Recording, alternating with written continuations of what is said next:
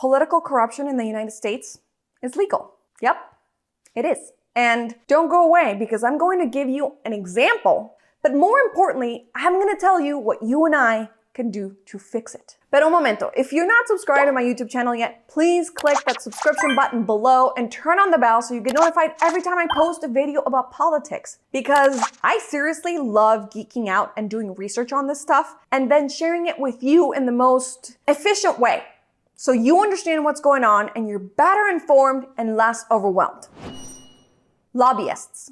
That's a word that we tend to associate with something bad. Immediately, we think corruption or political bribery, right?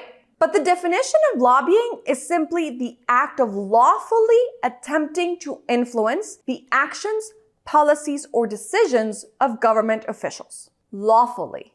And there are some things that I'm sure many of us agree would be great to lobby for, like lobbying government officials to pass legislation to combat climate change, assuming you believe in climate change. But the problem is that it is legal for lobbyists to give money, favors, gifts, and lucrative job offers to government officials. Members of Congress have to spend a lot of their time raising money for re-election. A report that looked at the 2020 election says that the typical senator running for re-election in 2020 raised about $19,000 a day. In the House of Representatives, during the last 2 decades, the candidate who spent the most money won about 90% of the elections. So that's obviously an incentive for candidates to raise as much money as possible, so they cozy up to the people giving them a lot of it.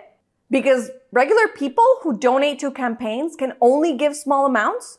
They don't have as much influence over their elected representatives as wealthy donors. Those with the most money have the largest voices, and that's absolutely messed up. So let's say that there's a proposed bill to lower drug prices. Legally, Big Pharma cannot donate thousands of dollars to a senator. That would be a bribe and it's illegal. So Big Pharma hires a lobbying firm, and that lobbying firm organizes a fundraiser that happens to raise thousands of dollars for that senator.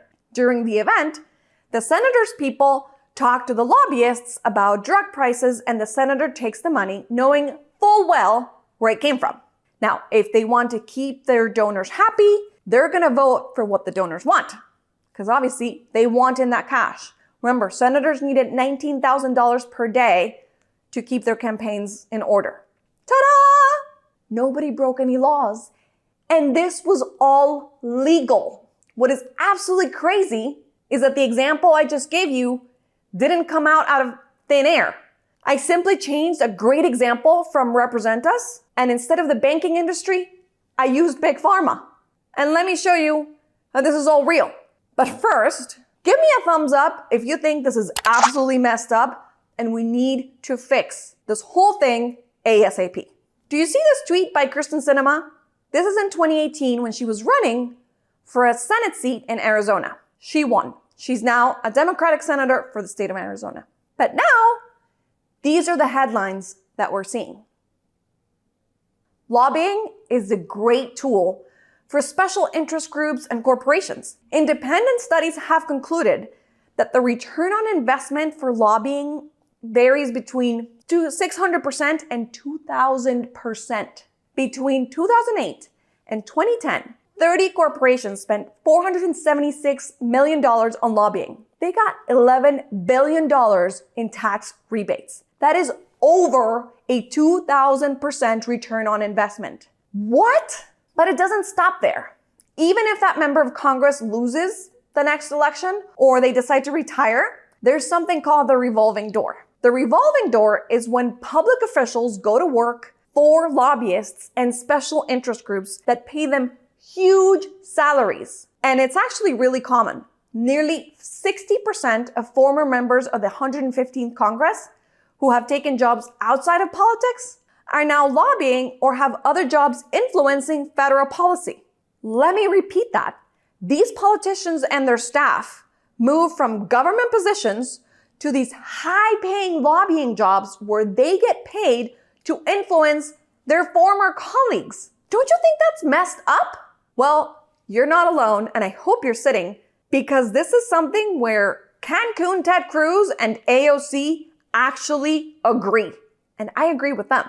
Both of them say that there should be a lifetime ban on former members of Congress becoming lobbyists. And after I just shared everything with you, don't you think that it makes absolute sense? So probably by now, you're as frustrated as I am listening to me tell you all these things, and you're ready to do something about it. And this is where I have great news. That's where the American Anti-Corruption Act comes in. The American Anti-Corruption Act is a model policy that sets the framework for city, state, and federal laws to fix this broken political system. Members of Represent Us are passing anti-corruption laws in cities and states across the country. 129 acts and resolutions have already passed in 29 states, and I'm hoping that number is actually higher by the time you're watching this video. So, sign up at Represent Us to learn more and help pass anti-corruption acts in your area. This is exactly how we end political corruption in the United States. Don't forget to subscribe, click the bell so you get notified every time I upload a new video. And if you want to connect more, you can follow me at Tono.Latino on Instagram. Just send me a DM.